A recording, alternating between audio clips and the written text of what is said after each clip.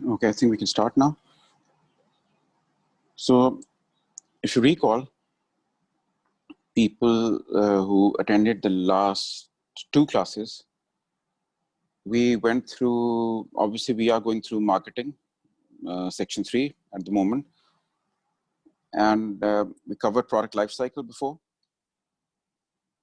in which we learned how to adopt different strategies as a product moves along the product lifecycle at the introductory stage, growth, maturity, decline.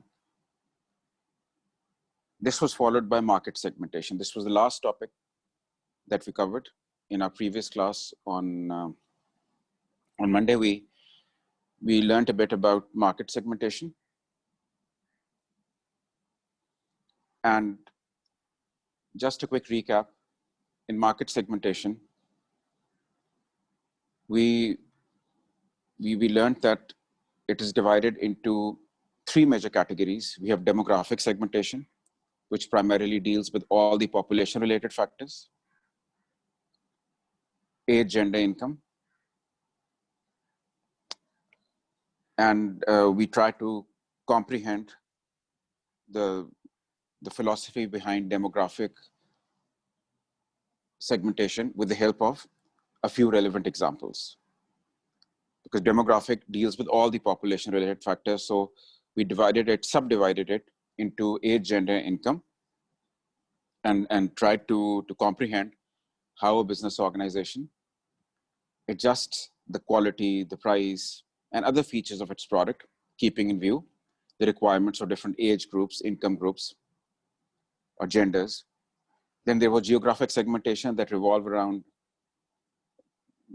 regional characteristics. This geographic segmentation deals with all the regional characteristics. So in case of geographic segmentation, as we learned, I'm just summarizing what we've covered in the previous class before we start discussing the new topic.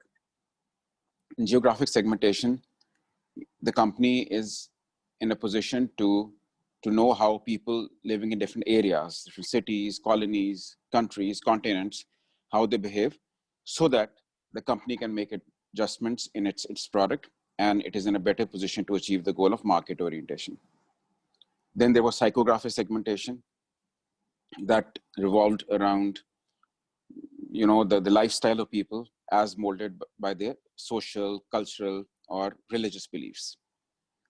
Then, of course, in the end, there was a discussion regarding mass and niche marketing, right? So this was just a summary of what we went through in the last class. Now, the first topic to be discussed in this class, that is market research. Let's discuss market research in detail, another important topic in marketing. And this will be followed by distribution, and then depending on the time that we have, that would be followed by forecasting or forecasting techniques. But first of all, market research. Now you have to keep in mind that market research informally is, basically this is the homework that a business organization is supposed to do before it enters a market, before it launches a product, right? Market research, learning about the characteristics of the market or the market conditions. But always remember, when you discuss market research, you are supposed to do this with reference to market orientation. As I pointed out in the previous class also, market segmentation leads to market orientation or customer orientation, right? Same is the case with market research. Market research is also regarded as a key to market orientation, a key to customer orientation. And by now, we all have an idea what market orientation means, doing what the customers want you to do. So market research also leads to market orientation. So if you want to achieve the goal of market orientation, the way market segmentation is important, similarly, market research is also equally important. So let's define it properly first. Market research is the proper definition. Of course, the term that I used before, homework, that's That's informal. But formally, technically, market research is the collection, analysis, storage, and application of data. Collection, analysis, storage, and application of data, right? The four aspects: collection, analysis, storage, and application of data, with the purpose of, with the objective of understanding the target audience, with the purpose of understanding the target audience or the market conditions, so that the goal of market orientation could be achieved. I repeat, market research is the collection, analysis, storage, and application of data with the purpose of understanding the target audience or understanding the market conditions, so that the goal of market orientation could be achieved. So that the ultimate goal of market orientation that could be achieved. So it is safe to state that market research is the key to market orientation. When you conduct a market research properly, extensively, then you'll be able to understand what the customers want, and then you'll be able to obviously come up with something which is acceptable to the customers or which is popular with the customers. So that's the connection between market research and market orientation. The reason I'm emphasizing that market orientation has to be mentioned here, because there's so many questions in the past papers that revolve around market orientation or customer orientation, directly or indirectly. So you have to keep in mind that market research and the previous topic, market segmentation, both are relevant here. Now, whenever you're attempting an essay type question on market research, it has to be divided into different parts, right? The different components. The first one is data sources. Let's start discussing data sources. Let's start off by discussing data sources. That is like the first part or the first paragraph. For your convenience, you can always give headings and subheadings for your own convenience, not in an actual paper. So first of all, data sources, which is the first part. People who are joining in, we are in the process of discussing market research, the collection, analysis, storage, and application of data, so that you can understand the target audience habits and achieve the goal of market orientation. This is what we've discussed so far. And now we are about to focus on the first part that has to be discussed, the first element of market research, that is data sources. You can say this is part A. Now, in data sources, what we need to understand is that a business organization must rely on multiple data sources. It is advisable that a business organization relies on multiple data sources, different data sources for gathering information. It should rely on multiple data sources, numerous data sources for gathering information, right? They should not keep themselves restricted or confined to one data source only. When I say different data sources should be used, or they should rely on different data sources, we can quote examples such as customers. They can rely on customers, the feedback that they get from the customers. They can rely on online services, the internet, media, electronic media, print media, even competitors, their own employees, so on and so forth. Government stats. Try to use multiple data sources when you gather information, when you collect data. Why? So that, for obvious reasons, so that your decision is not based on limited information, and you are able to view a situation or a proposed project from different angles. So it is advisable that you rely on multiple data sources. Now, as you might be knowing, data sources are broadly classified into primary data sources and secondary data sources. Primary and secondary data sources. Data sources are classified into primary and secondary data sources, right? So the basic differences between primary and secondary data sources, that primary data or primary research, it is also called field research. Primary research is also called field research.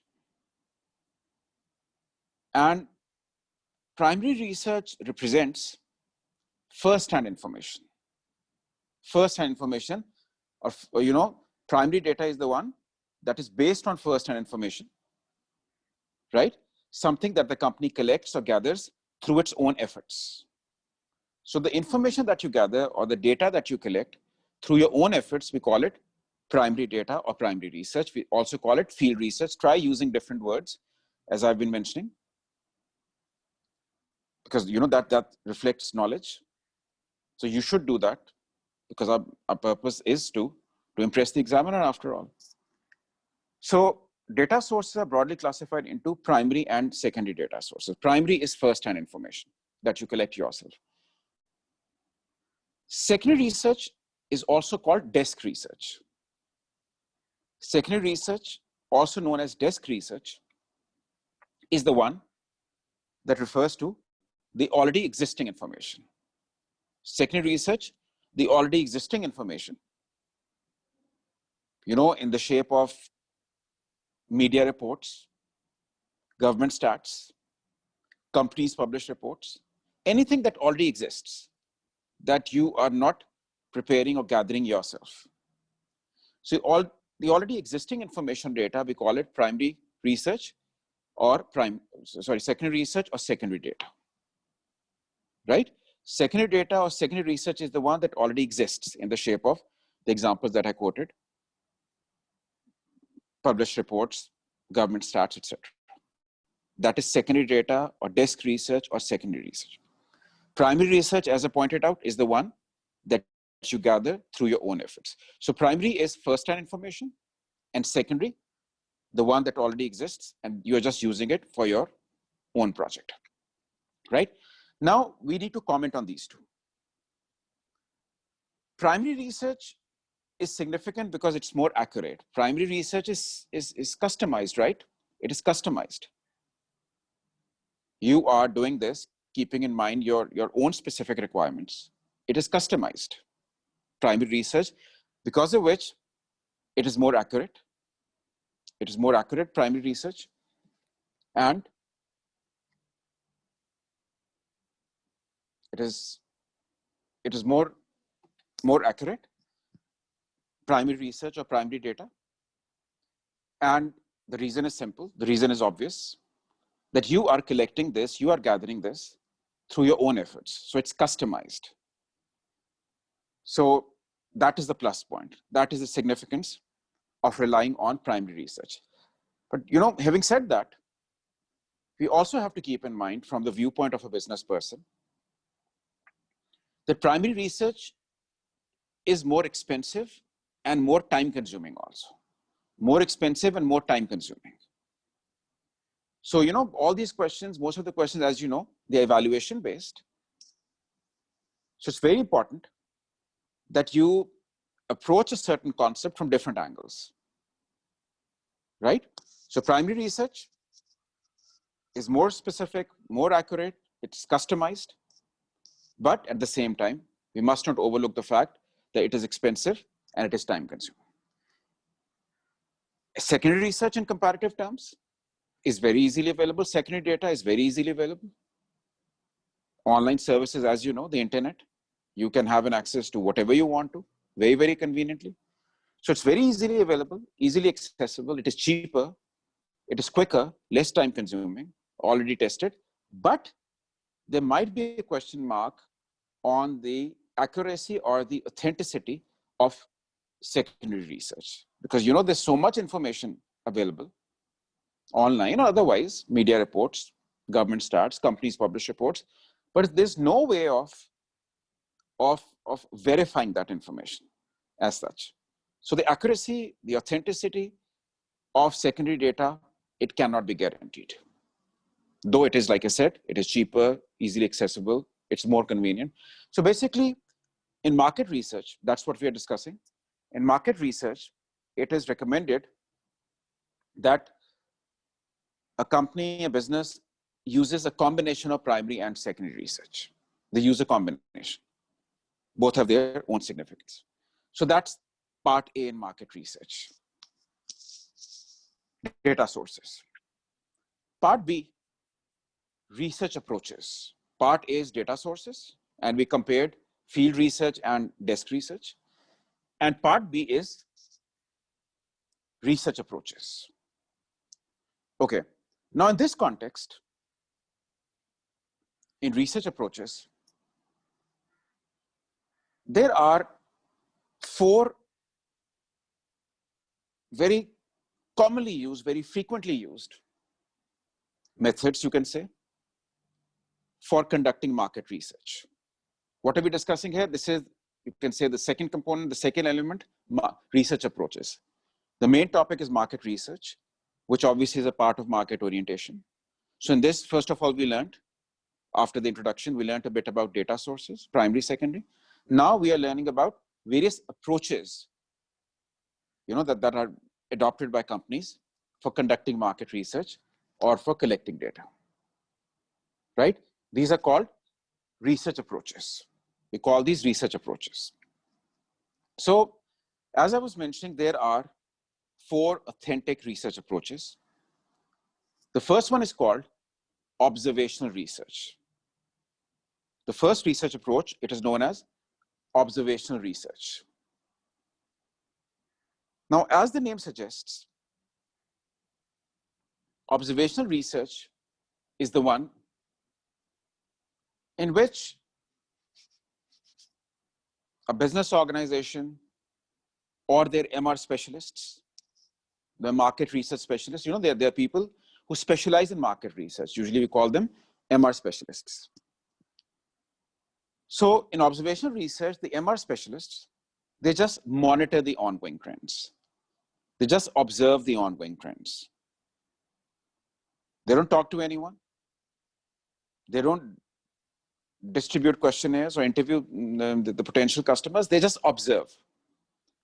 So the first one is observational research. So, if your observation is strong, even that can prove to be quite effective. Without talking to anyone, you can just monitor the ongoing trends. You can monitor, the ongoing, fashion trends, the advertising techniques which are being used by companies. You can have a fairly accurate idea about the kind of products that are popular, the rush hours, and generally speaking, which marketplace seems to be more popular, so on and so forth. Right? So the first research approach, we call that observational research. That is called observational research. Just observe the ongoing trends. Try to observe the price range, the range of products, the kind of customers who visit different kinds of shops. Like I said, the rush hours and all. So in the first technique, you just observe the ongoing trends and you try to prepare a market research plan accordingly. People who are joining in, we are discussing market research here. The first part that you missed out on, that was data sources. We try to differentiate between primary and secondary data sources. Now we're going through different kinds of research approaches. So the first one that I just explained is observational research, in which you just monitor the ongoing trends. That's number one. The second research approach, that is focus group research. We have observational research, and then we have focus group research also. Now, focus group research is somewhat more technical, or you can say it is more specific than observational research. I think the name, this is what the name suggests, focus group research. In this case, the company focuses on, or they interact with, a carefully selected small group of customers or potential customers. So in focus group research, the business interacts with a carefully selected small group of customers. They have, an interactive session with them. And on the basis of their feedback, or on the basis of their input, on the basis of their input or feedback, they're able to decide. They're able to take decisions or finalize decisions regarding the launch of a new product or entering a new market. That's called focus group research. So for instance, you people, your class, this group, this can be treated as a focus group. So you know this A2 class can be categorized as a focus group. So business organization that wishes to manufacture something or launch something for A-level students, they will have an interactive session with you guys. And on the basis of your input, on the basis of your feedback, they can plan ahead. Right? That's what focus group is all about. Focus group research, that's number 2. So we have observational research and we have focus group research also. Then number 3 would be experimental research. We have experimental research also. There are 4 research approaches. Number 3 is called experimental research. Now in this case, in case of experimental research, a business, a seller, a manufacturer, or their marketing department, market research obviously is the job of the marketing department or the marketing manager. So in experimental research, which is number 3, the third research approach, in experimental research, they just ask customers and sometimes even employees, they ask customers or employees to use a product, to eat a product, to apply a product, to wear a product, and then comment on its utility, comment on its quality. That is experimental research.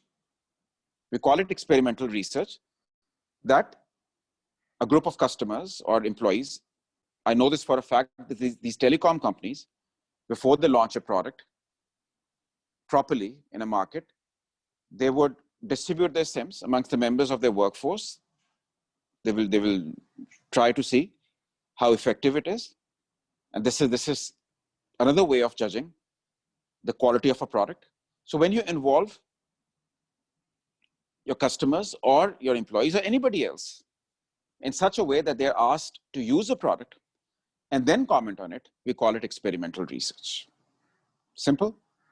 And experimental research, I think nowadays this is quite common. If you have ever observed the advertising campaign, usually which is launched by different companies these days, the ads that we see, you must have observed that they would, ask somebody to use a product and then comment on it. It could be an FMCG, a fast-moving consumer good. So they try to convey a message that our customers, they've used the product and they're very happy with this. Or another way of doing that is you go to a specialist, try to show a lab or something in an ad in which, somebody, an expert, a doctor, he will use the product and probably vouch for the product also. So this is what experimental research is, that you ask somebody to use a product and then comment. And number 4 is something that we call survey research, SURVEY, survey research, that is number 4. In survey research, the business organization just conducts a market survey. Market research, research approach number 4, we call it survey research. And in this case, the company would just conduct a market survey, an extensive market survey, involving possibly hundreds of customers. Focus group research is limited. In focus group research, you're confined to a small group of customers, right?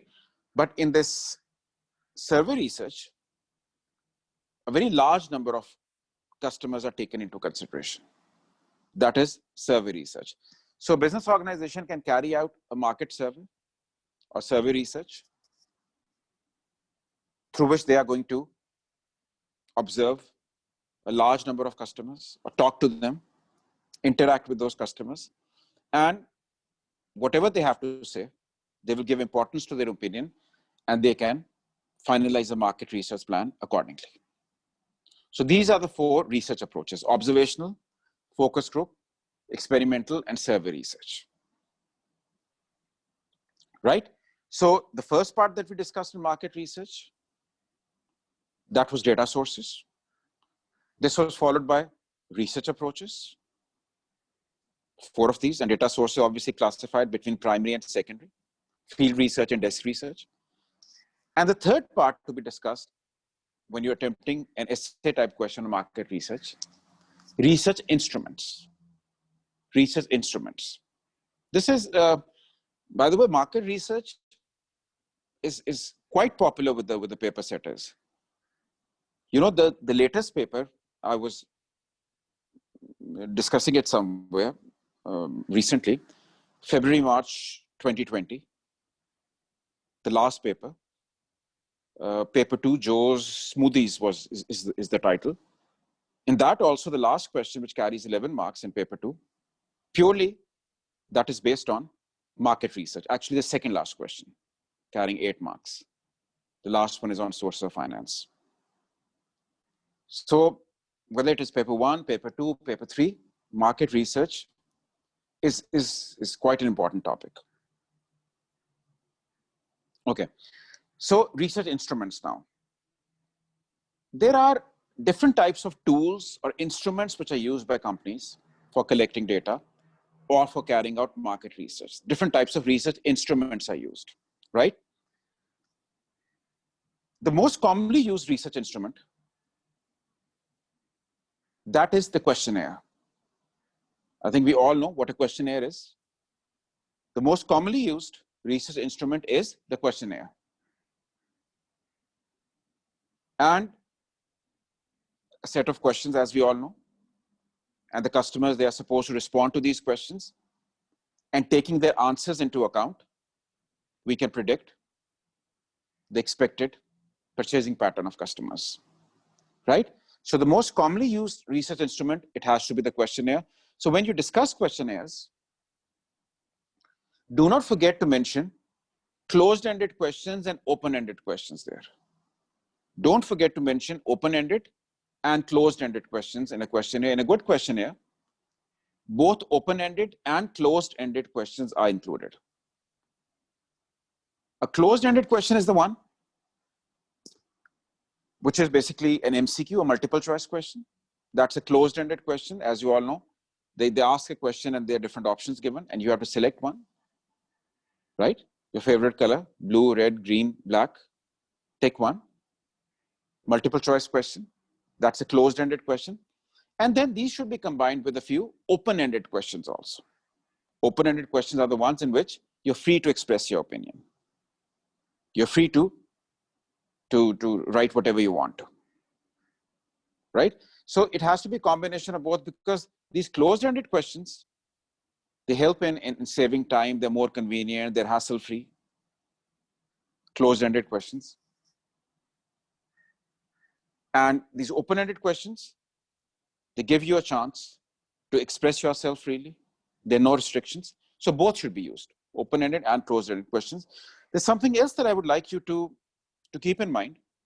Nowadays, all over the world, this market research is being done in a very systematic and in a scientific way. Market research. And just to add a touch of seriousness, to what they are saying, the customers, in many cases, they are paid for this also because they're sparing time for the company, whether it's an interview or it's a questionnaire. So they might be paid for this also. In a way, the company is buying their time, buying time from, because obviously you want them to respond to these questions with a touch of seriousness,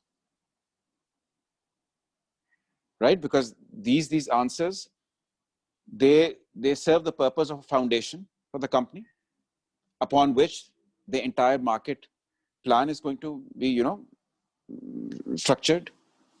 So this is important. So questionnaire, that is instrument number one. Then we have interviews. An interview is also a research instrument. So an interview, as you know, is like a dialogue. It's a conversation. It's a dialogue. And this is something that can be conducted personally or telephonically. right? You can conduct an interview personally or telephonically. You will involve your customers. You'll talk to them, and the way they express their opinion, on the basis of that opinion, you can try and make adjustments in the product that you are about to launch, right? So questionnaires and interviews, we are all familiar with these. Now, in addition to these two, some mechanical instruments are also being used these days. Some mechanical research instruments are also being used, especially in countries where technological advancement is there, and the new technology is available. There are many companies that are relying on certain devices, certain gadgets. They're relying on advanced technology for conducting market research, right? I would like to quote two examples here, because these two instruments are currently in use in certain developed countries. One is called the galvanometer. Try to remember the name, galvanometer, Galvano, galvanometer. That is a mechanical instrument, the galvanometer. A galvanometer, this is basically a polygraph machine. A galvanometer is a polygraph machine. You might have heard of this. A polygraph machine, this is like a lie detector, a polygraph machine or a lie detector. The one used by the law enforcement agencies, by the police. So a polygraph machine, a galvanometer, is currently, it is in use in certain parts of the world, and they're using it with the objective of conducting market research. And they would select a customer, most probably they will pay him for this. So they will select a customer, they will attach this galvanometer to his body. And these people claim that this galvanometer measures how much he likes or dislikes the product, how excited he is to use the product. That is the purpose behind, when somebody decides to use a galvanometer, a company, business organization, they claim that this galvanometer will help us judge whether a person likes or dislikes a product, or like I just said, how he responds to a product. Basically, it is something similar to an ECG machine, maybe. The graph with those fluctuating lines. So this possibly involves the respiration or the blood circulation or something, some kind of technology is being used. So it is attached to the body of the customer.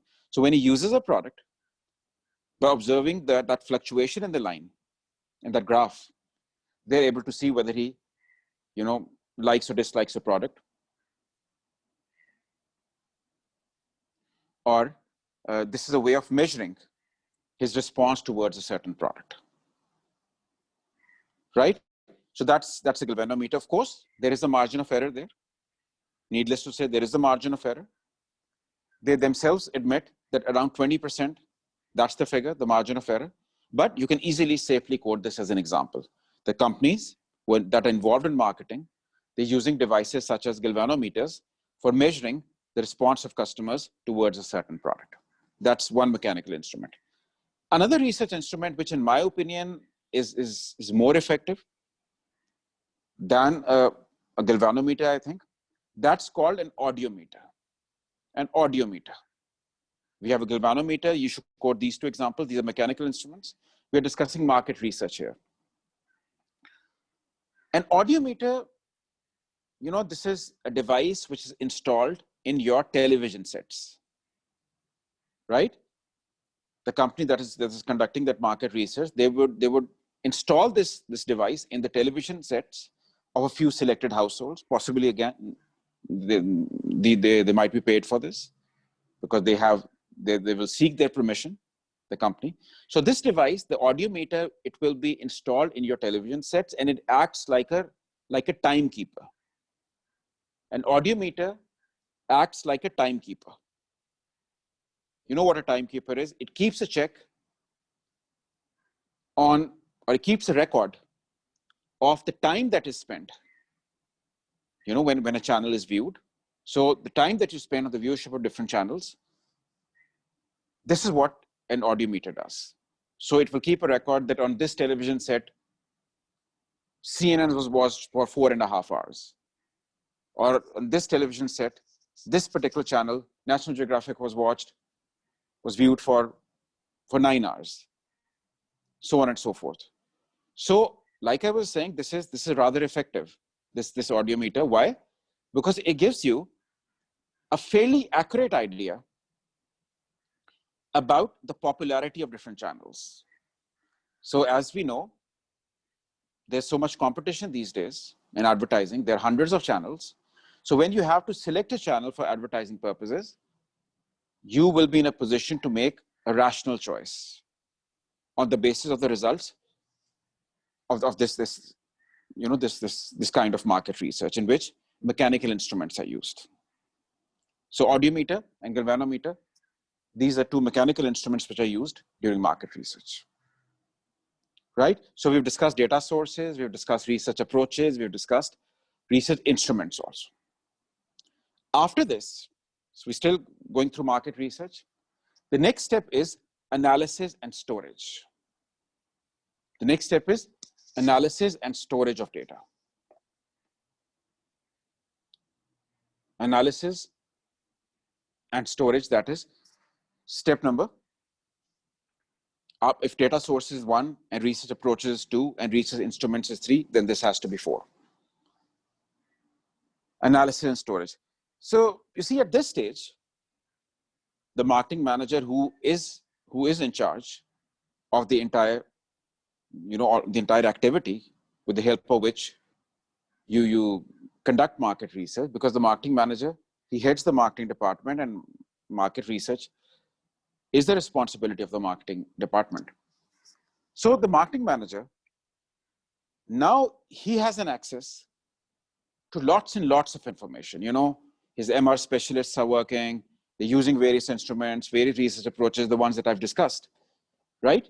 And as a result of this drill, all these activities, market research, various instruments, approaches, etc., primary, secondary, observational research, experimental research, primary data set, he has been provided with sufficient amount of information, lots and lots of data. Some of the data, some of the information might be relevant. The other might be irrelevant, right? All that information that it just pours in, and it is quite possible that some of the data is relevant and, some is not.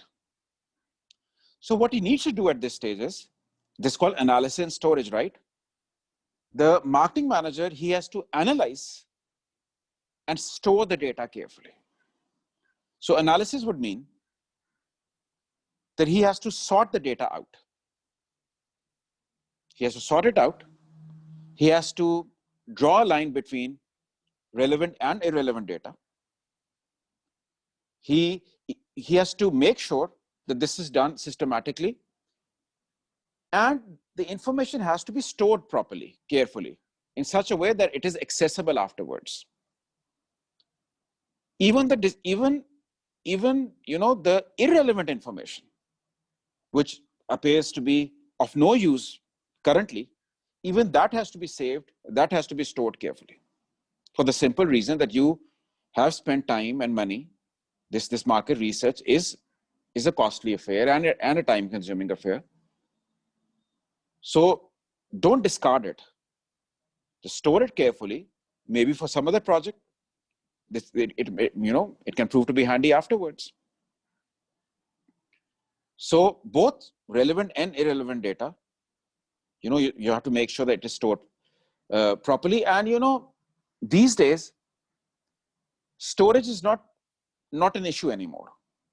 But there was a time when storing data, it was rather cumbersome. This was an uphill task because technology was not available.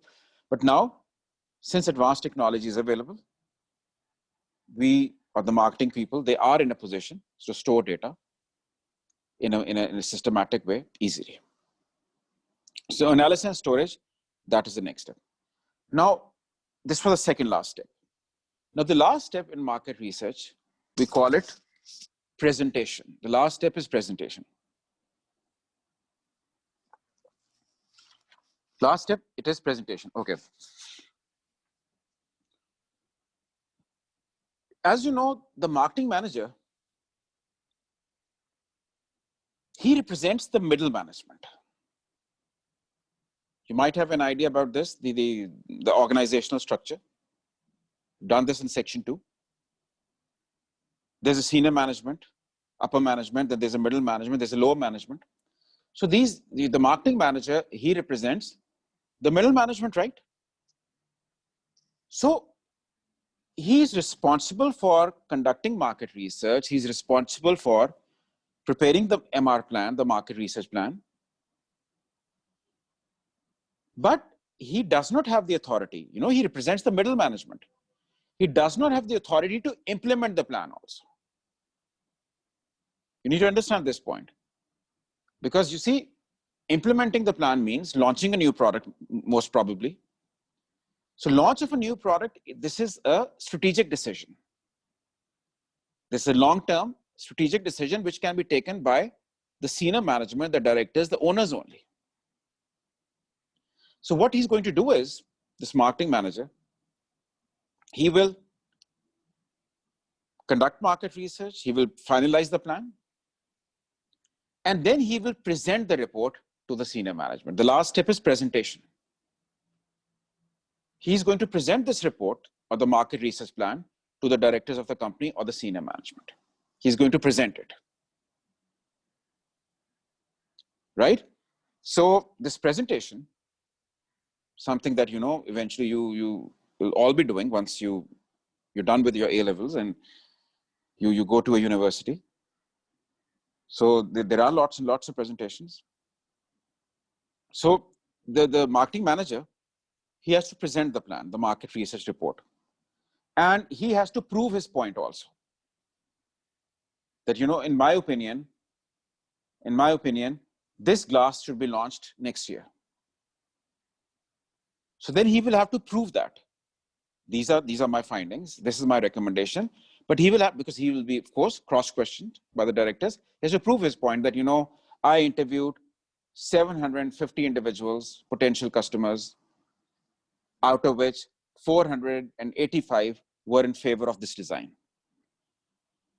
So he has to use figures, data, pie charts, diagrams, bar graphs, different types of, you know, calculations, and he has to prove his point.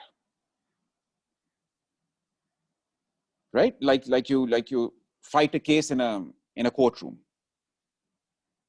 He has to prove his point that on the basis of all this, I recommend that we should launch this particular product. Yeah, I recommend that this product in black or blue or red, it will be more popular with the customers. Right? So he will present the plan, the market research plan. He will present the report. And now it will be up to the directors, the senior management to decide whether the market research, the plan, the report, whether it should be implemented or not, whether it should be transformed, converted into an actual product or a project, or it has to be modified, or it has to be turned down. So all these decisions will be finalized by the senior management. Right? So this is going to be the last step, presentation. Just mention pie charts, etc., calculations. He presents, and the senior management decides whether it should be launched or not. Right? And in the end, again, as I described in the beginning also, market research, very important topic. This is the key to market orientation. Market research is the key to market orientation, customer orientation. And there are quite a few questions on market orientation. So if you don't even, you know, find a direct question on market research, and there is a question directly or indirectly on market orientation, that means market research has to be discussed, just like market segmentation, which we covered in the previous class. Right? And market orientation, customer orientation, we've been discussing this. We all know what that means. Market orientation means designing a product, pricing a product, distributing a product, promoting a product in accordance with the specific requirements of the target audience. This is market orientation. To design, price, promote, and distribute a product in accordance with the specific requirements of the target audience or the target market. This is customer orientation or market orientation. And this market research, which we just finished, this is the key to market orientation. I hope we have all understood this.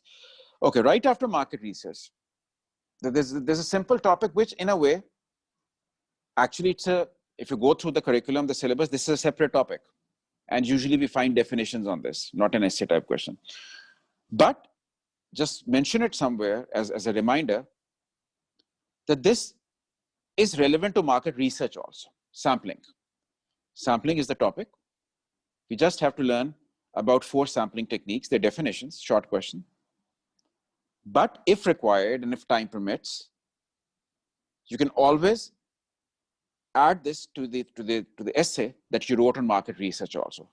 So though it is a separate topic, sampling, it is relevant to market research also. So, sampling, let's go through it and then we'll discuss distribution. Sampling is, this is a set of activities, sampling. What kind of activities? These are activities that enable a business, activities that would enable a business to study the behavior of a group or subgroup of people. Sampling, these are activities that would enable a business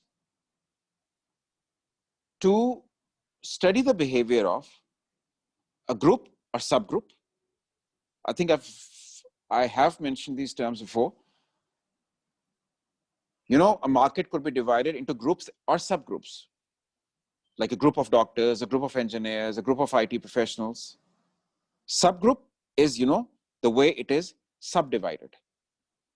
So doctors, that's a group, but cardiologists, skin specialists, that's a subgroup. Engineers, civil engineers, mechanical engineers, subgroup. So in sampling, sampling involves techniques that enable a manufacturer or a seller or a business to study the behavior of a group or subgroup, assuming that it represents the target market. You study the behavior of a group, assuming that it represents the entire target market. This is what sampling is all about. So again, your class, this could be a sample representing the entire A-level community. Obviously, a business organization can't go to each and every customer. So they will create a sample and they will interact with that sample. They will observe their behavior and they will assume that they represent the entire market or the entire community, right? So you can see this, it does overlap with the market research. So there are 4 established sampling techniques.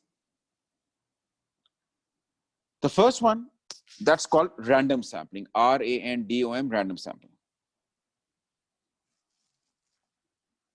This was the first question in October, November 2019 in paper 1, define the term random sampling.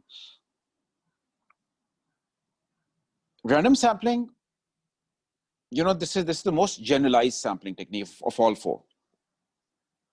Random sampling is the one in which an individual or a customer is selected at random. He's selected at random, which basically means without giving importance to characteristics such as age, gender, income group, social background, appearance. No. In random sampling, you can interview anyone at random. Anyone can be selected at random. Everyone has an equal chance of being selected in random sampling. There's no distinction, no discrimination on the basis of age, gender, income, or any other variable. That is random sampling. So needless to say, I think you must have guessed, the random sampling is useful in case of products which are equally popular with everyone. Random sampling would be useful in case of products which are equally popular with everyone, because you're selecting people at random. This is not something unique or special or exclusive. This is a product which is in demand. This is a product which is equally popular with everyone. For example, a soft drink.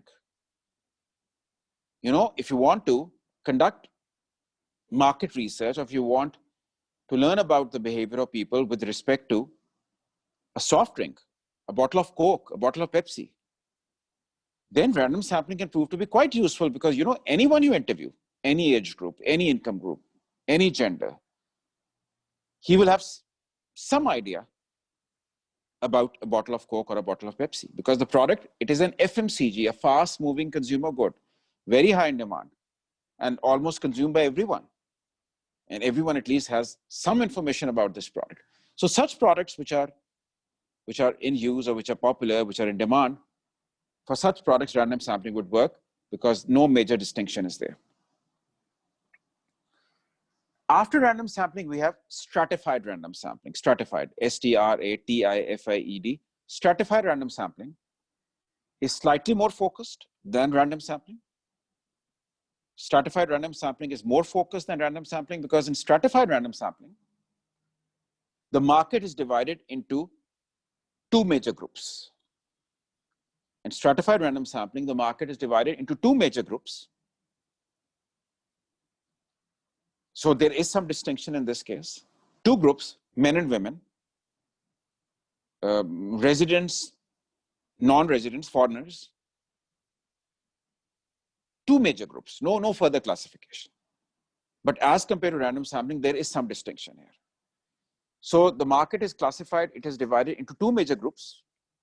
You can say two major samples, and each sample is studied separately. Each sample is observed or evaluated separately. This is what men consume, this is what women consume. This is what men wear, this is what women wear. This is how people living in Pakistan behave, this is how people living abroad behave. So this will actually divide the market into two clear-cut groups. That is stratified random sampling, and each group can be observed separately. Then number 3 is quota sampling. Very popular, very commonly used, quota sampling, QUOTA, quota sampling. So in quota sampling, the market is divided into a large number of samples, maybe dozens of samples. In quota sampling, the market is classified, is divided into a large number of samples.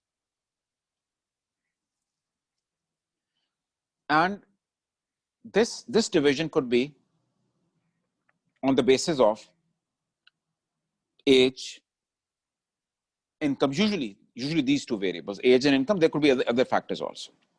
So you divide the market into, let's suppose, 10 different groups in quota sampling. Age groups 0 to 10, 10 to 20, 20 to 30. You have 10 different groups, 10 different samples representing 10 different age groups. And then each will be studied separately. You can have smaller samples. The sample size can vary. You can have 20 samples, age group 0 to 5, 5 to 10, 10 to 15, or even smaller. Same is the case with income. The first income group, 5 to 10,000, 10,000 to 15,000, you can have dozens of samples. And then each sample, like I explained, the company focuses on each sample individually and try to study the behavior of people who fall in that category, that specific category. So quota sampling is quite popular, quite effective, and considered to be quite accurate also, because this will provide you with some information regarding everyone. There's so many samples, You will have some information about everyone in the market in quota sampling. You will have an idea about how a 5-year-old behaves, what an 11-year-old purchases, what a 19-year-old wants to buy, what a 71-year-old purchases, what the purchasing pattern is in case of a 56-year-old. Because you have divided the market into so many groups or subgroups or samples that you have some information about almost everyone in the market. And usually, like I said, this is done on the basis of income and age. So that's quota sampling. The last one, we call it cluster sampling, CLUSTER, cluster sampling. Just remember, cluster sampling is a sampling technique through which a market is divided into different groups on the basis of geographical characteristics. When a market is divided into various groups or regions on the basis of, like I said, geographical characteristics, regional characteristics, we call it cluster sampling. When the market is classified, location-wise, that this sample represents people living in Lahore. This sample represents people living in Karachi or Islamabad or Pakistan or India or US.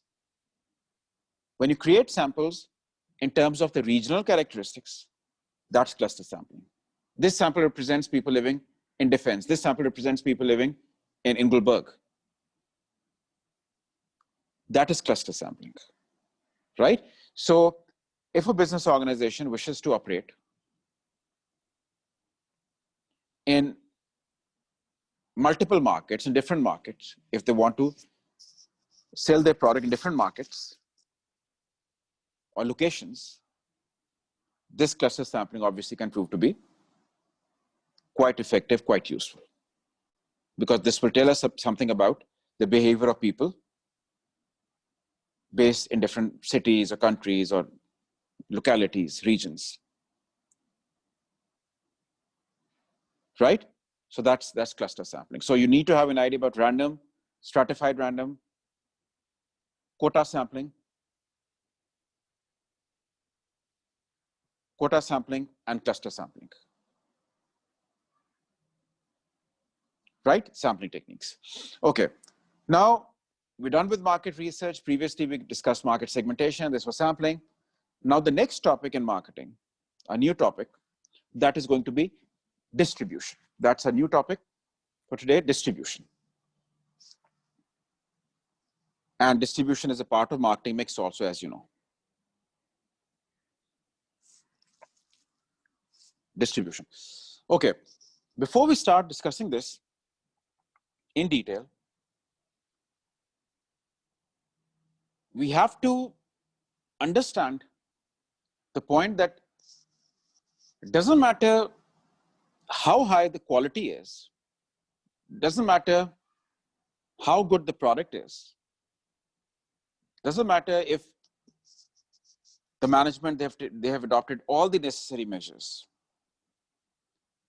If they do not know how to distribute the product properly, if they do not know how to carry the product from the point of production to the point of consumption, then all their efforts, all that hard work would be wasted. It will go in vain. That is why when we discuss marketing mix, distribution is a part of marketing mix.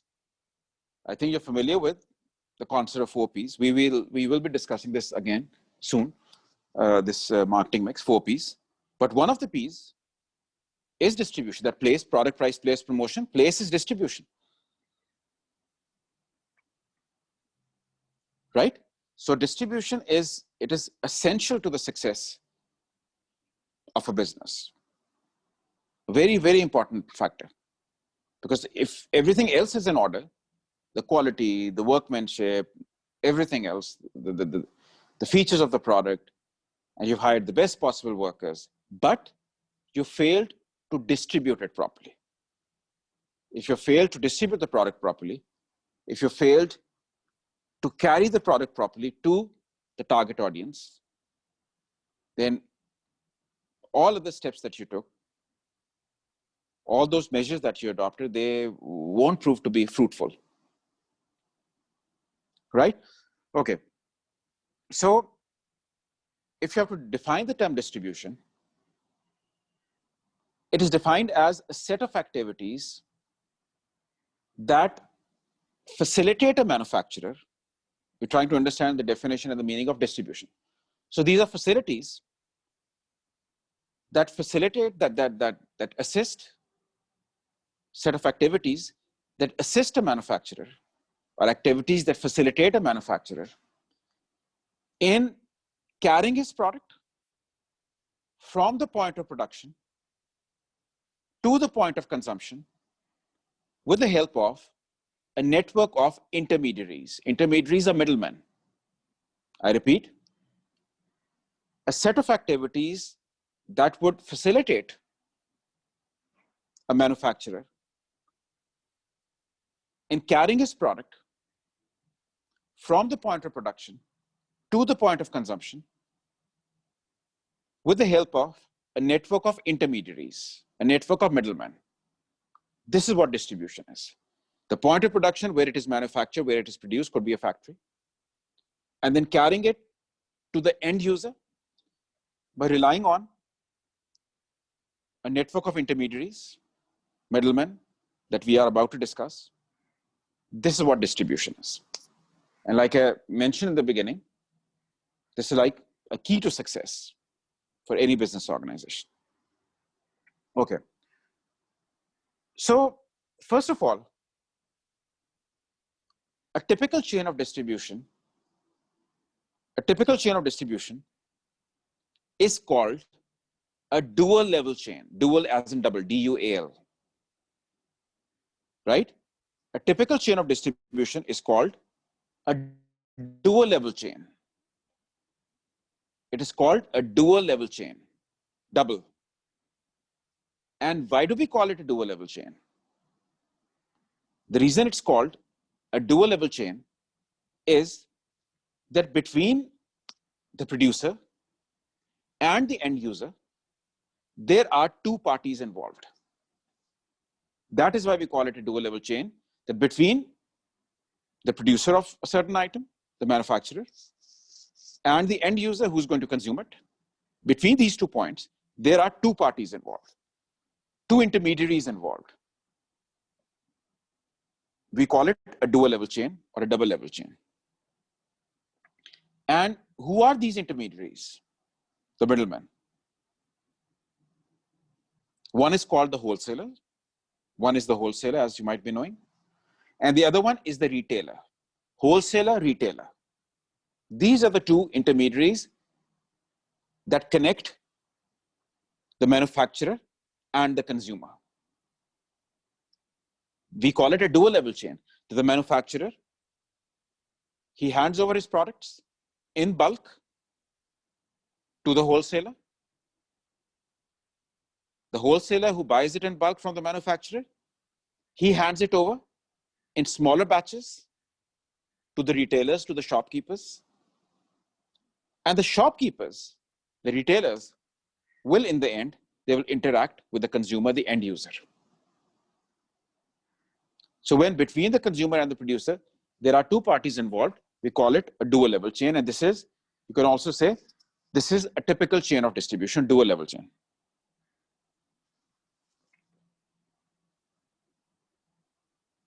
Right? Okay.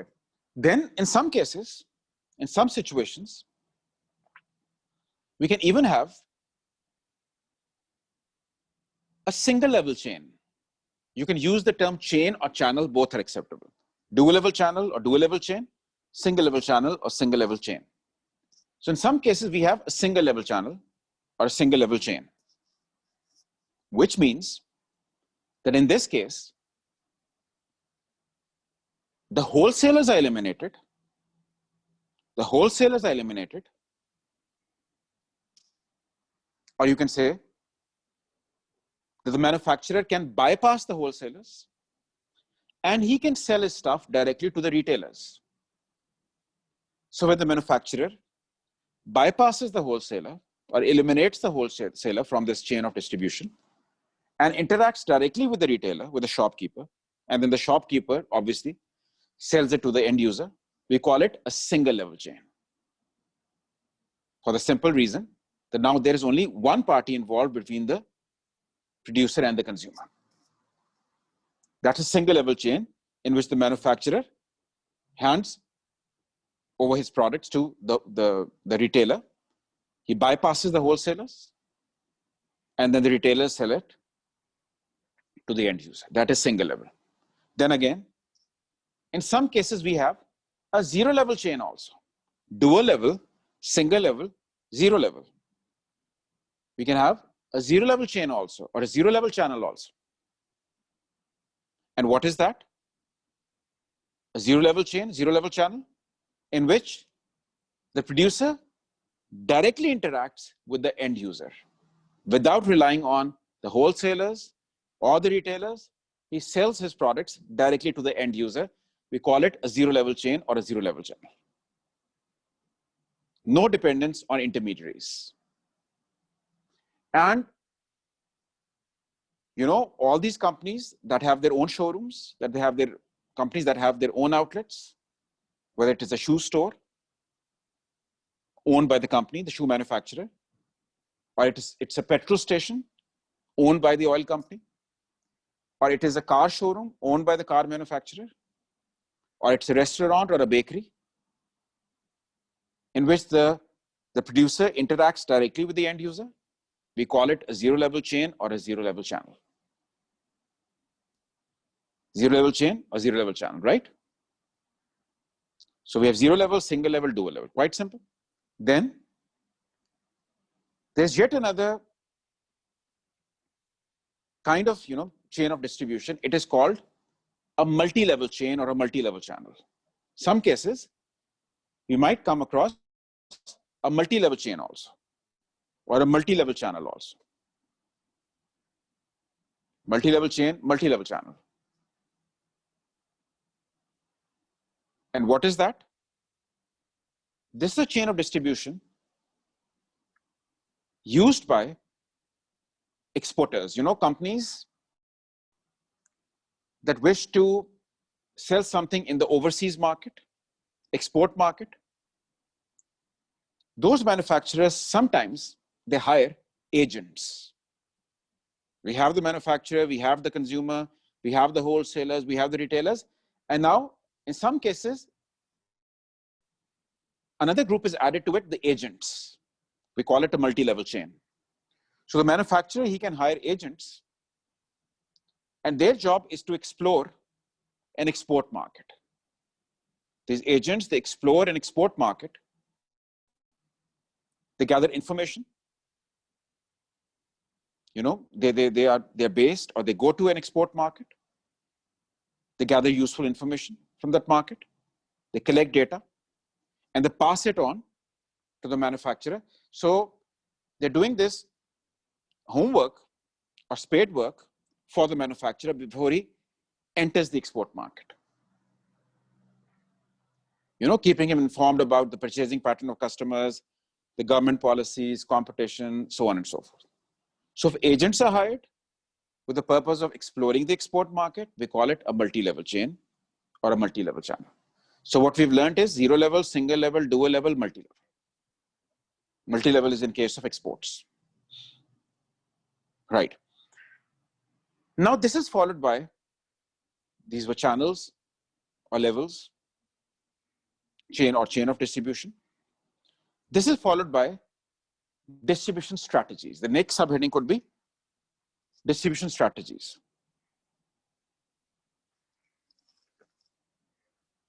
Distribution strategies.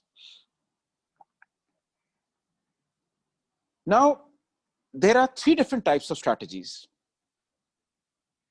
that are adopted by businesses for distribution purposes. There are three different types of strategies adopted by business organizations, you know, with the purpose of distributing their products. depending on the nature of the product. The first one is called exclusive distribution. The first distribution strategy, we call it exclusive distribution. That's the first distribution strategy. So as the name suggests, exclusive distribution means that the manufacturer authorizes a single distributor. They call him a sole authorized distributor. Sole authorized distributor. Sole as in single. So in exclusive distribution, the manufacturer, he appoints or he authorizes a sole distributor or a single distributor who's given the license to manage his products in a particular region. So the manufacturer would say that for this region for Pakistan, XYZ is our sole distributor. Only they have the license, or only they have the qualification or the authority to manage our products in Pakistan. Right? This is called exclusive distribution. This is exclusive distribution when there's a sole authorized distributor who manages the products in a particular region. And this is usually seen in case of products which are categorized as luxury items. Products which are categorized or labeled as luxury items, which are purchased by the niche market, the highest income group. Such products are distributed with the help of an exclusive distribution strategy. Right? Just to maintain and retain or establish the brand image, or just to convey this message that we are dealing in something which is exclusive or unique. It is for the niche market, possibly for the highest income group. It's a luxury item. It is not something which has to be made available everywhere and to everyone. They use an exclusive distribution strategy. So they give the license to one distributor only who will manage the products in a particular region. That is exclusive distribution. Right? That's number one. The second distribution strategy is called selective distribution. It is called selective distribution. That's number two. So selective distribution, in this case, in selective distribution, a few distributors are selected by the manufacturer, a few distributors. You will use the word few. They don't have a single distributor. They don't have dozens of distributors, a few distributors, 4, 5, 6. So in selective distribution, a few distributors are selected for managing the product in a particular region. Examples are very important in this topic, and otherwise also, I think, especially in section 3 in marketing, examples are very important. We must come up with these real life examples, or otherwise, just to make sure that the quality of the answer improves and the answer becomes more interesting also. So selective distribution is seen in case of expensive items, but not luxury items. The best example is electronics. So the various companies which deal in these electronics, television sets, phones, they have selective distribution. That maybe Sony has 5 or 6 distributors, Samsung has 8 distributors for this region. So in case of cell phones, electronics, which are expensive items, but not necessarily luxury items, selective distribution is used because a few distributors are authorized to manage the product in a particular region. Right? This is followed by intensive distribution. exclusive, selective, intensive. So as the name suggests, in intensive distribution, a large number of distributors are selected. In intensive distribution, a large number of distributors are selected, or they're authorized. A large number of distributors, possibly in dozens, they're authorized, again, to manage a product in a particular region. That is intensive distribution. A large number of distributors are involved. And as the name suggests, in intensive distribution, the nature of the product should be such that it is very high in demand. It is equally popular with everyone. It is consumed by everyone almost. FMCGs, fast-moving consumer goods. We've been quoting examples. Food items, waters, soft drink, bread, milk. FMCGs, fast-moving consumer goods.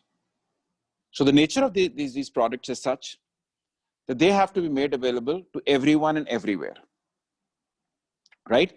So we need intensive distribution for this purpose, that they have to be distributed aggressively, widely, through a whole network of distributors. So dozens of distributors, they are given the task, they're assigned the duty to carry the product and distribute the product properly. Right? That's intensive distribution, exclusive, selective, intensive. Right? In the end, as far as this topic is concerned,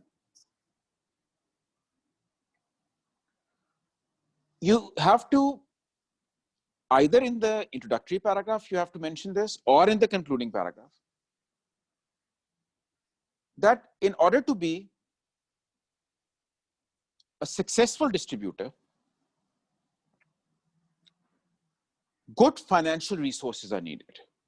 A successful distributor, he has to be financially sound. He has to be financially sound. Why? Why do we need all these financial resources? Why does he have to be financially strong? The reason is that a distributor nowadays is supposed to perform a variety of functions. He has to perform a variety of functions these days, a distributor. And in order to perform these functions smoothly and properly, funds are needed, a strong financial position is needed, right? So what are those functions? One is transportation. You know, a distributor is supposed to transport the products from one point to another. So transportation is a major function. And you need resources for this. You need to have, you know, a fleet of lorries, trucks. There are certain distributors, they have their own aircraft also, multinationals. Then storage. You need those funds for transportation, then for storage. You know, they are in possession of these consignments. They have to be stored properly. They need warehouses, godowns. So this is another function, storage. Then protection and safety. You know, different kinds of products, they have different requirements. You know, in terms of temperature, humidity, etc. There are certain products, they're fragile. There are certain products, they have a limited shelf life. So the distributor is responsible for the safety of these products, right? The preservation of the products, food items, medicines, etc. Every product has its own, you know, the requirements to be taken care of, to be fulfilled. So this is also something, a responsibility which is on the shoulders of the distributor. He has to make arrangements. Sometimes he has to get the consignment insured. So this is another, so transportation, storage, protection, then promotion. In many cases, the distributor is supposed to promote the product also. He has to talk to people, different stakeholders, customers, retailers, and the responsibility to promote a product that might also be assigned to the distributor. Again, funds are needed. And sometimes bottling and packaging also. There are certain companies, they hand over the stuff in a raw form or in an unpacked form to the distributor, and bottling and packaging might be his responsibility. So you can easily see that when we say that a successful distributor has to be financially strong, that's not unjustified, because all these functions have to be performed, right? So you can mention this in the concluding paragraph, or if you want in the introductory paragraph, but try mentioning this, right? Okay, done with this. Now we have to focus on, let's start off by, discussing, depending on the time that we are left with. The topic is forecasting, and it involves numerous forecasting techniques. We'll go through these forecasting techniques one by one. That's the next topic in marketing in section 3, forecasting, right?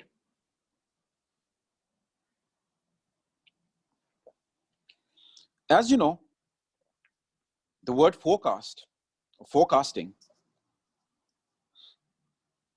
is used for, predicting something. To forecast is to predict. And in a business organization, or for a business organization, these forecasting techniques, they can prove to be quite useful, because the business has to forecast all kinds of trends, future trends, that will have an impact on the performance of the business in the months and years to come. So, a business can forecast the sales trends, most importantly. It can forecast profit, government policies, taxes, weather conditions, right? Behavior of competitors, behavior of customers, so on and so forth. So business organization is required to forecast or predict the expected trends, so that the element of risk could be minimized. They have to rely on different forecasting techniques so that the element of risk could be reduced, it could be minimized. Risk associated with future investments.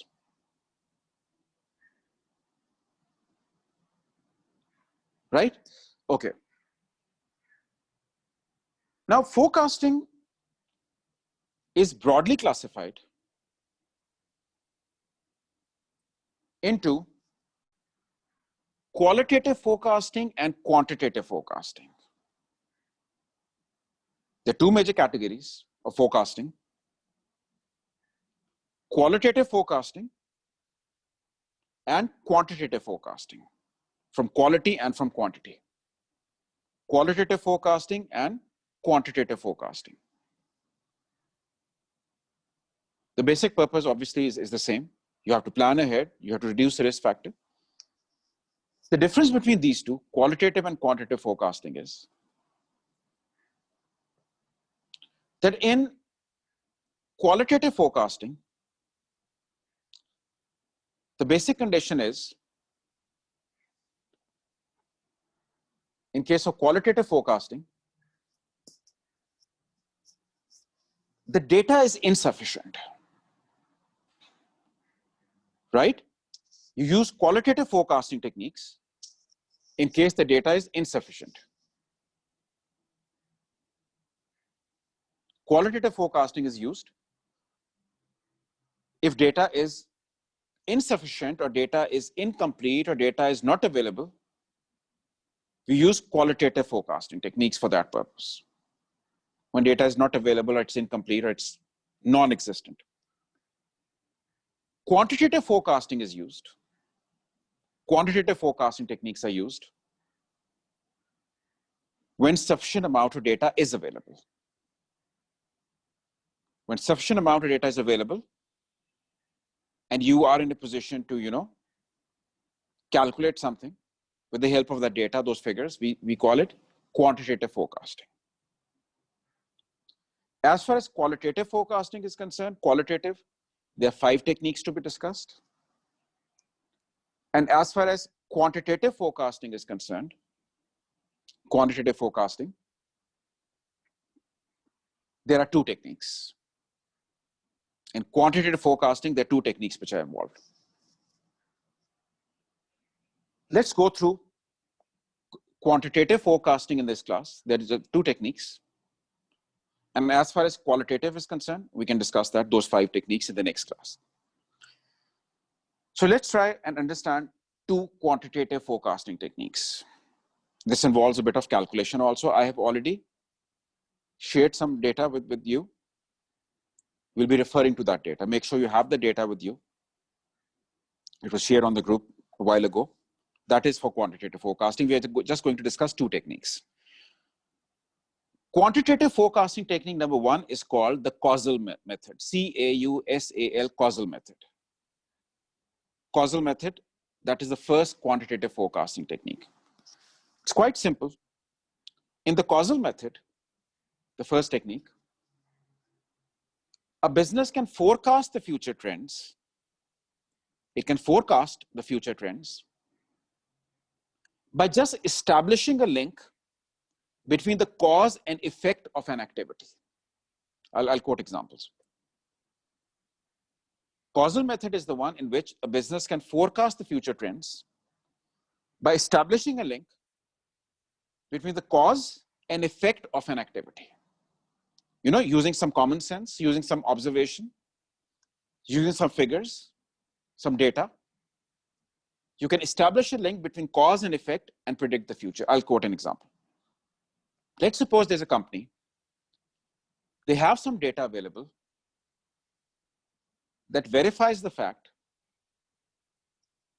that the income level in the country is increasing. You have some data which says that the level of income in the country has increased by 10%, for example.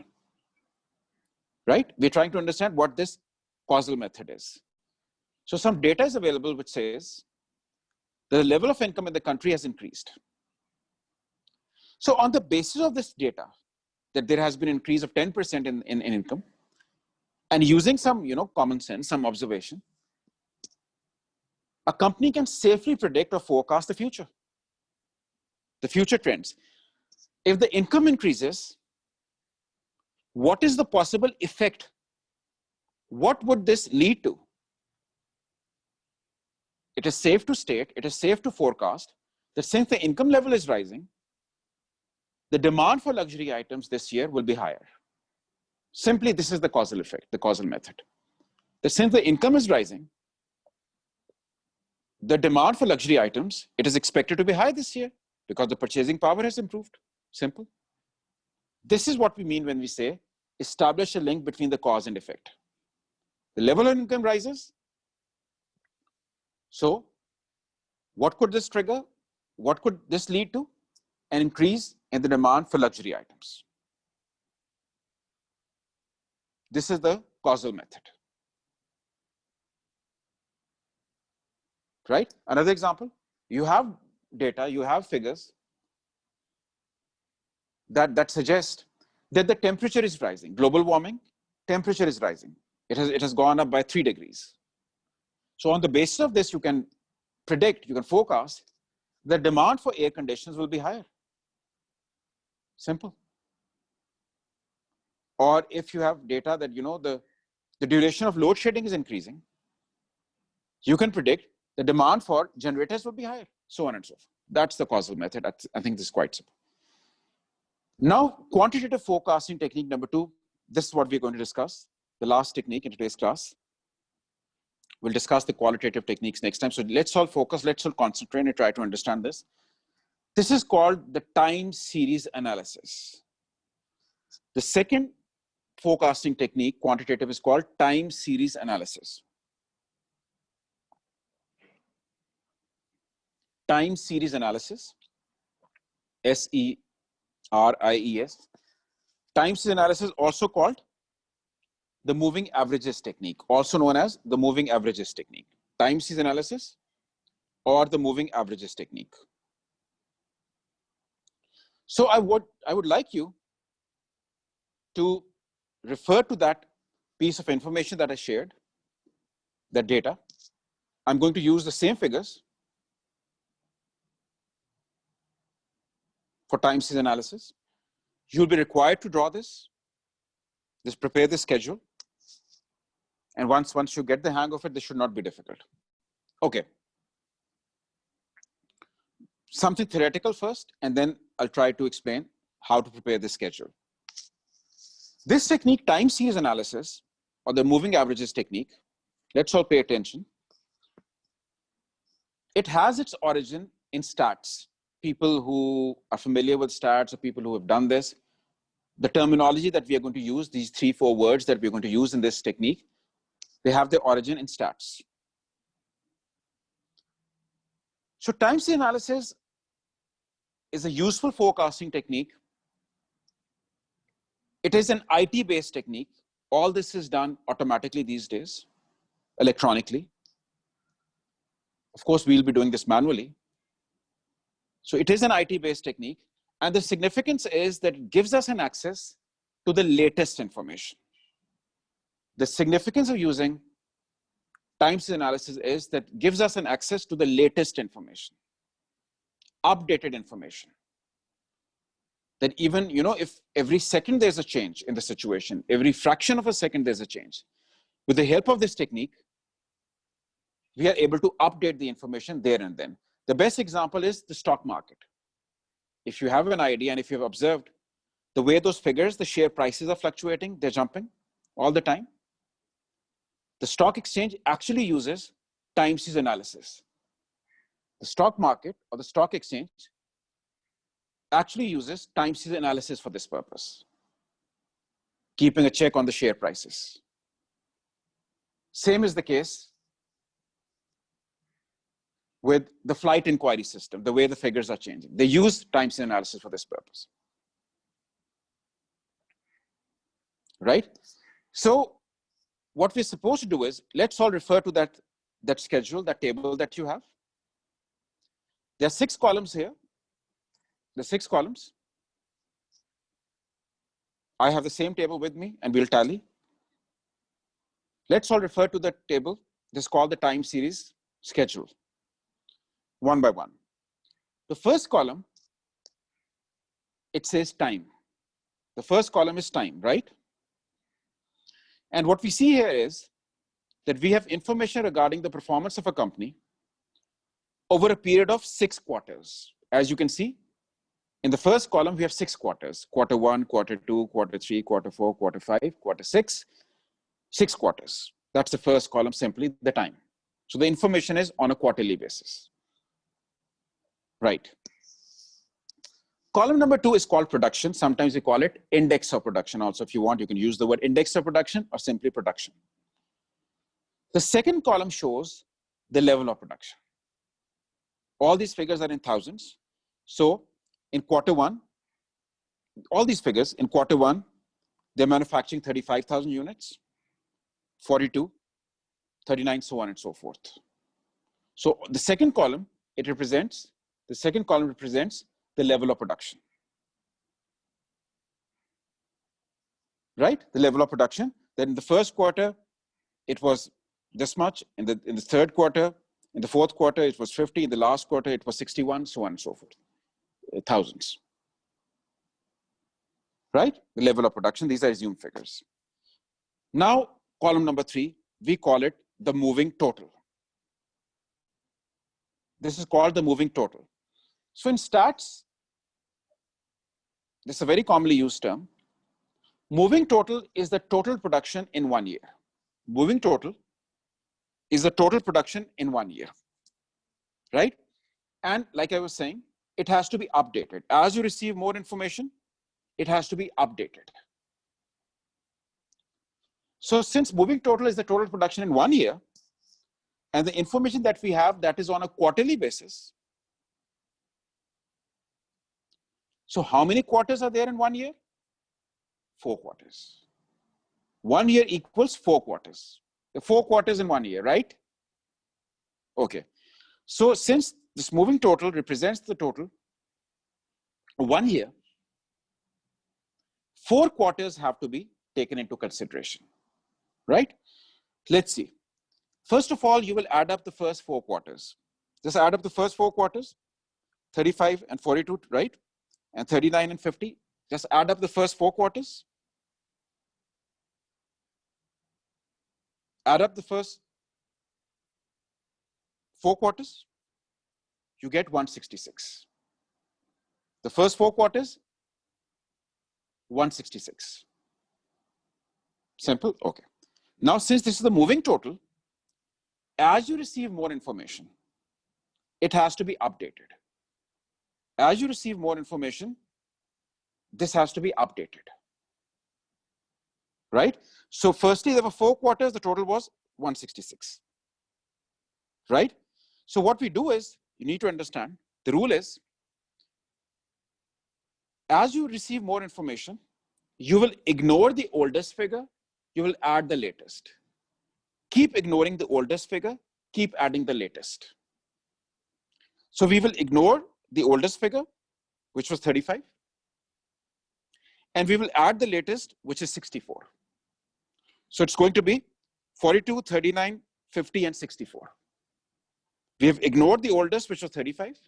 We've added the latest, which is 64. As you receive more information, keep adding it and keep ignoring the oldest. We will always consider 4 quarters because this is on a yearly basis.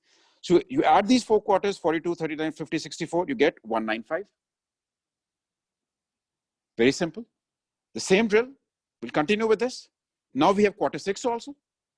We'll add 61, we'll ignore 42. So it's going to be 39, 50, 64, 61. Add the next 4, you get 214, so on and so forth. So as you keep on receiving more information, you will update this. Keep ignoring the oldest, keep adding the latest. Very simple, that's moving total. Right? That's the total production in 1 year. And since 1 year equals 4 quarters, that is why we are adding 4 quarters up. Right?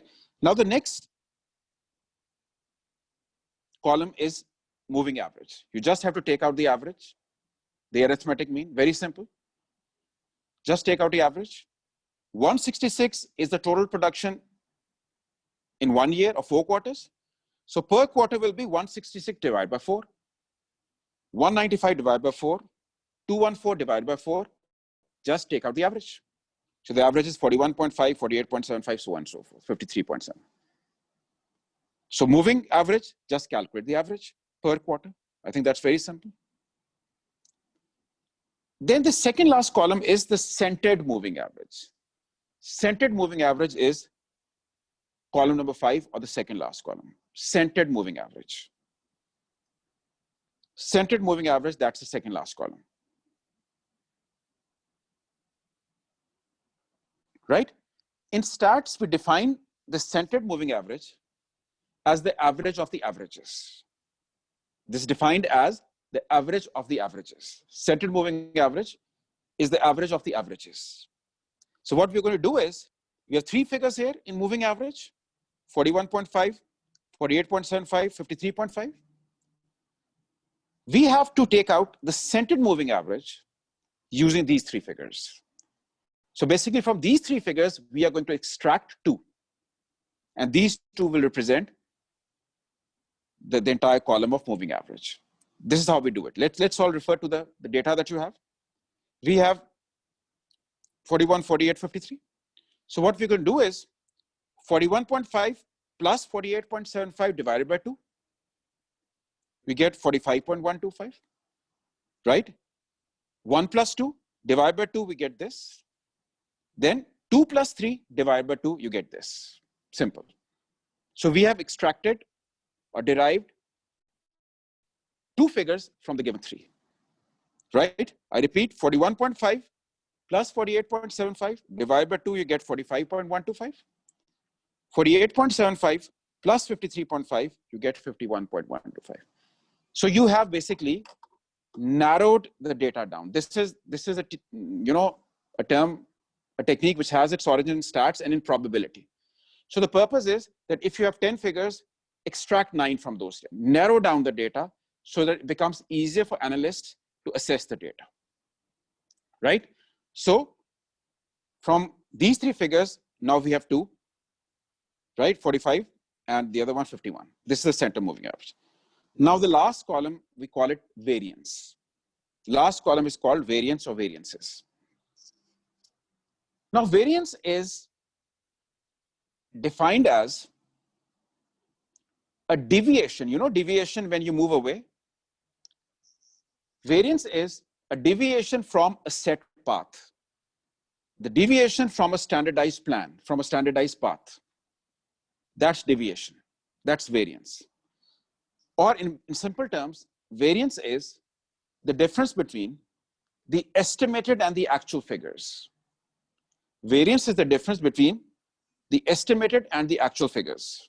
We call it variance. So my estimate was I would spend 1 million on a project. That is my budgeted figure, my estimated figure. But when I actually start working on the project, I end up spending 1.2 million. The estimate was 1 million. I ended up spending 1.2 million. This difference of 0.2 is the variance. It could be in terms of quality, in terms of quantity, time. I thought I would spend 6 months on this project. This was my estimate. But I ended up spending 8 months on the project. So this deviation of 2, that's your variance, right? So just write it down, a simple law, a simple rule. This is our last point. Just write it down. There's a simple law to be followed, a rule. In time series analysis,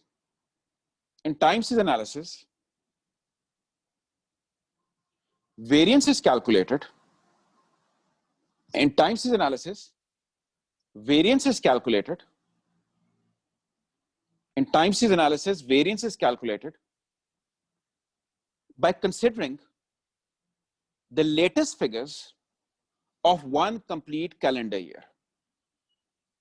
In time series analysis, variance is calculated by considering the latest figures of one complete calendar year.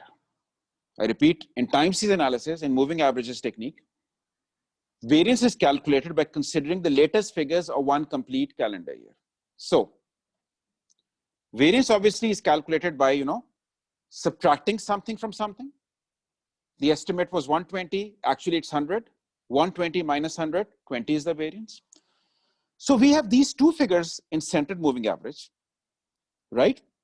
The 2 figures, we have 45 and we have 53, 2 figures. Now we have to identify 2 figures from the first column, the original column, the second column.